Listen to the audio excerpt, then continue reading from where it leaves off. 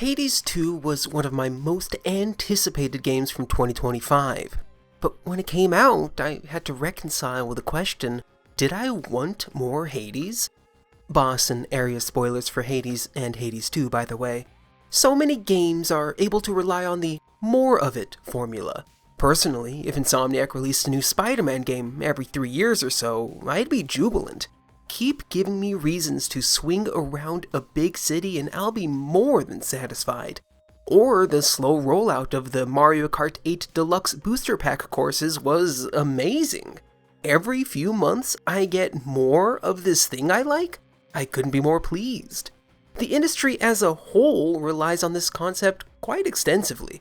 Most people who play games mostly want more of the same. Whether it's annual releases like the cavalcade of sports titles or the Call of Duties, consistent Battle Pass seasons in games like Fortnite, or the multitude of Skinner boxes that mobile games and gotchas utilize to ensnare their audiences, doing the thing but more can lead to great success. But it is a double-edged sword. There needs to be just enough different within the new to keep the concept from growing stale. Call of Duty Black Ops 7 was a whiff. That audience instead focused on the latest Battlefield, which itself was just doing more Battlefield. Fortnite needs to keep reinventing some aspect of itself every season, and to keep the media tie-ins flowing, heaven forbid Epic's money machine doesn't make infinity dollars every quarter, and even then they did just do a massive layoff. Gotchas need to keep spinning up the character design machine so people can continue gambling for their poorly designed waifus and husbandos, despite how sauceless most of them are. Sports games seem to be mostly immune to this, actually. I mean, the latest EA Sports FC didn't do so hot, but there's a lot going on with that one. The Maddens and the NBA 2Ks and MLB The Shows seem just fine, but that's beside the point. Most games need to keep a healthy balance of old and new to continue thriving. This is even the case within a single game, not just with sequels and follow-ups. To keep players coming back, Splatoon 3 has 2 single-player modes, multiple battle modes, and a co-op mode, not to mention an always ongoing season and the semi-regular Splatfests and big runs. To keep things interesting, The Binding of Isaac has new levels and items and characters slowly unlocking throughout many hours of play, which has only been expanded with its multiple DLCs. Even the original Hades had the foresight to continually change things up to keep things fresh. Hades did this in multiple, really clever ways. There is, of course, the copious amount of story and dialogue and upgrading in between runs. Both games share similar progression in that way. What I want to focus on is how the game keeps things fresh during the runs themselves. The game broadly features Zagreus, son of Hades, completing a room, gaining a reward, then selecting between 1 or 2 doors to head to the next room. On his way to the surface, he must fight through 4 floors of hell. The first floor, Tartarus, is just that. Enemies, rewards, culminating with a fight with the Fury Meg. The next floor, Asphodel, is much of the same, only now parts of the floor are lava, and the end boss is the multi-headed beast Lerny. The third floor, Elysium, adds much more traps, respawning spirits, and an end fight with Theseus and the Minotaur. Despite minor changes in level and enemy design, each of the first 3 floors are organized in exactly the same way, which is why the 4th floor was a really genius design choice. The Temple of Styx forgoes choosing between 1 or 2 doors, instead letting the player select one of 5 different paths. One path leads to the Fetid Sack. The dinner service requires to let Zag pass on to the final boss. The rest lead to more boons and coins. This relatively minor change in design makes the possibility space bloom. Does Zag fight and find the sack, then head up right away? Or does he brave further rooms, getting stronger by way of rewards, but risk losing too much health in the process? After 3 floors of essentially the same loop, this twist does so much to alleviate the repetitiveness. This is especially the case when considering the run-based nature of the game. By the time this floor is reached for the first time, dozens of hours could have been spent in the lower levels. Hades 2 did not do this. The sequel broadly features Melinoi, daughter of Hades, completing a room, gaining a reward, then selecting between 1 or 2 doors to head to the next room. On her way to the House of Hades, she must fight through 4 floors of hell bordering regions. The first floor, the Forest of Erebus, is Tartarus, but a forest now. The second, Oceanus, is Tartarus but with bigger traps. The third, the Morning Fields, is Tartarus but with bigger areas and more rewards. Despite the slight changes, each floor is essentially the same as the first. Pick between 1 or 2 doors. However, where the Temple of Styx changes the formula, the 4th area in Hades 2 is literally Tartarus again, but Melinoi traverses through it backwards. Thematically, I do love this. The last stretch of Melinoi's quest is a reflection of her brother's first steps, only now these halls have been corrupted and gilded by the whims of Melinoi's ultimate foe, Kronos. Mechanically, it is, in fact, more of the same. In this case, the few rooms with 2 doors are optional. Mel must complete 5 rooms to get to Kronos, but offshoots offer more rewards for a longer path.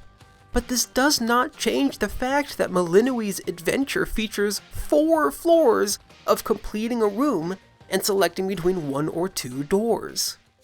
Hades 2 keeps much of the same trappings as the original. Runs have a plethora of stage designs, mini-bosses, side characters, and faded subquests, and in between runs there is just as much, if not more, story and upgrades and hub customization. But in her mission to kill the Titan of Time, Melinoi's game is so much more of the same without enough substantially new to keep it fresh. I think this is why I found myself constantly falling off. I'd play a run, I'd enjoy it the whole time, but then I'd put the game down and do something else. I really love Hades, and Hades 2, especially early on, is in many ways an improvement on the formula, but too much of a good thing can still be too much. Thankfully, I kept playing. Hades 2 does not make this a secret, but it does gatekeep it. Melinoi's primary mission is to trek down into hell to kill time itself, but at a certain point, her cousin Hermes will ask her to help her extended family up on Mount Olympus. The only problem, Hades and his spawn are unable to survive on the surface. Due to a curse of the fates, Mel constantly loses health every minute spent in the realm of the living. The game doesn't even let Mel think about going up for multiple runs. Then she must concoct a spell to unbar the path. Then she must make 2 or 3 quickly failed runs going up before she learns the spell to counteract the curse. And if she was able to gather the right materials from the surface during those 2 or 3 failed runs, then she can perform the spell and finally start her mission to Olympus in proper. It takes too long. I can't recall exactly how many, but I'm certain I had multiple attempts at defeating Kronos Monos e Mono before I finally unlocked going up. Full runs take about an hour, and it takes practice and leveling to even get to Kronos. And given that all of going down is so similar to the bulk of Hades 1, Hades 2 became very easy to put on pause. Which is a shame, because Supergiant put every new and interesting idea they had into the path going up. The trek to Olympus is easily my favorite part of Hades 2. First, Melinoi is given the entire city of Ephyra to explore. Each path leads to a reward and a shade pylon that is blocking the path towards the docks. She needs to destroy 6 pylons to move on. This means, at the start of each run, Mel can fully customize how she wants the rest of the run to go. Go for a mix of boons, or maybe as many boons from the same god as possible. I of course always go for health first, then anything from Hephaestus, and went on from there. But not only that, Sometimes smaller rooms open up after clearing an area which grant minor rewards. Much like the Temple of Styx, even though the core gameplay is the same, this change in layout makes this portion feel so fresh. The following area, the Rift of Thessaly, does it again! After defeating the no-eyed Cyclops Polyphemus, Mel co-ops Kronos' legion of ships to make her way across the rift. This is, yet again, a twist on the gameplay. Each boat she commandeers has a host of enemies. Then she's given a wheel to determine the boat's next direction. After 1 or 2 directions, she moves on to the next seacraft. Choosing the next upgrade while remaining in the area is just a minor twist on the level design, but it's enough. After she makes landfall, she fights Eris, Strife Incarnate, then begins traveling up Mount Olympus. Here on out is where this route becomes closer to Hades 1 in design. She's between 2 rooms as Mel travels up the mountain, but this portion differentiates in 3 ways. 1, half the time Mel travels up via giant springs, which is just funny. She comes crashing down and can kill an enemy underneath her. 2, both legions of Kronos and the Olympian automatons aggro towards the princess, which is to say they also fight each other too. And 3, this is the portion where Supergiant composer Darren Korb's collaboration with Austin Wintory shines.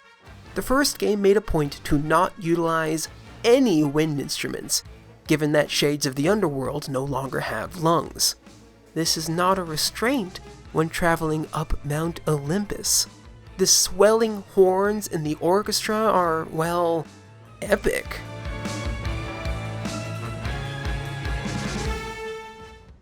Just before the summit, Mel must fight another titan, Prometheus, then fights various monstrous entities until she reaches the peak. While the trek isn't especially distinct, the culmination certainly is.